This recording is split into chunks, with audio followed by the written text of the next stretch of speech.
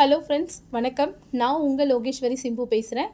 நாம் இன்றைக்கி ஒரு சூப்பரான இன்ஃபர்மேஷன் தான் ஃப்ரெண்ட்ஸ் பார்க்க போகிறோம். அதாவது தமிழக விவசாயிகளுக்கு புதிய அடையாள அட்டை வழங்குறது அரசாங்கம் அறிவிச்சிருக்காங்க. ஸோ இது யார் யாரெல்லாம் அப்ளை பண்ணலையோ எல்லாருமே சீக்கிரமாக அப்ளை பண்ணிக்கோங்க ஃப்ரெண்ட்ஸ். இது பார்த்திங்கன்னா லாஸ்ட் டேட்டு 31/3/2025 தான். ஸோ அதுக்குள்ளே எல்லாருமே அப்ளை பண்ணிக்கோங்க. இது அப்ளை பண்ண தேவையான டாக்குமெண்ட் அப்படின்னு பார்த்தீங்கன்னா உங்களோட ஆதார் கார்டு, நிலப்பட்டா, ஆதார் கார்டு கூட இணைக்கப்பட்ட மொபைல் நம்பர், ஓகேங்களா?